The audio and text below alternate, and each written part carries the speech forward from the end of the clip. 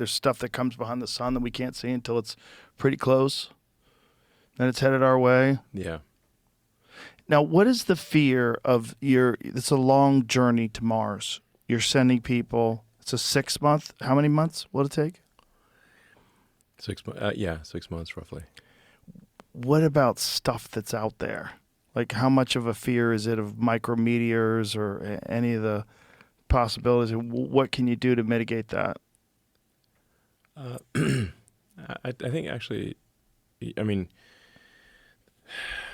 space is very empty. Like once you get out of Earth orbit, space is like kind of unnervingly empty. It's just like when we send spacecraft to Mars, it's not like, oh, we lost the spacecraft because it got hit by a micrometeorite.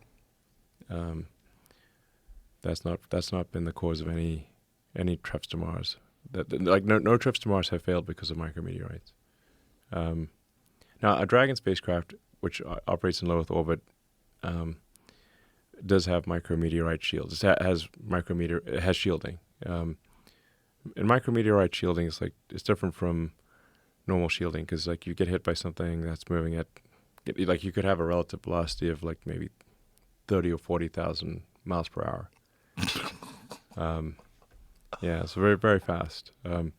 Or just thought of another way, call it 10 to 20 times the velocity of a bullet from an assault rifle. And what are you using?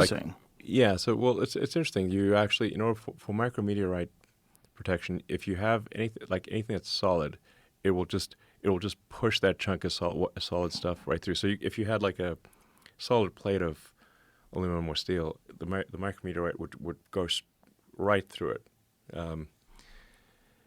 So what you actually need to do is have a gap. So you have an initial like hard surface, a hard metal surface that the micrometeorite hits. It then atomizes into a conical spray, like an atomic spray.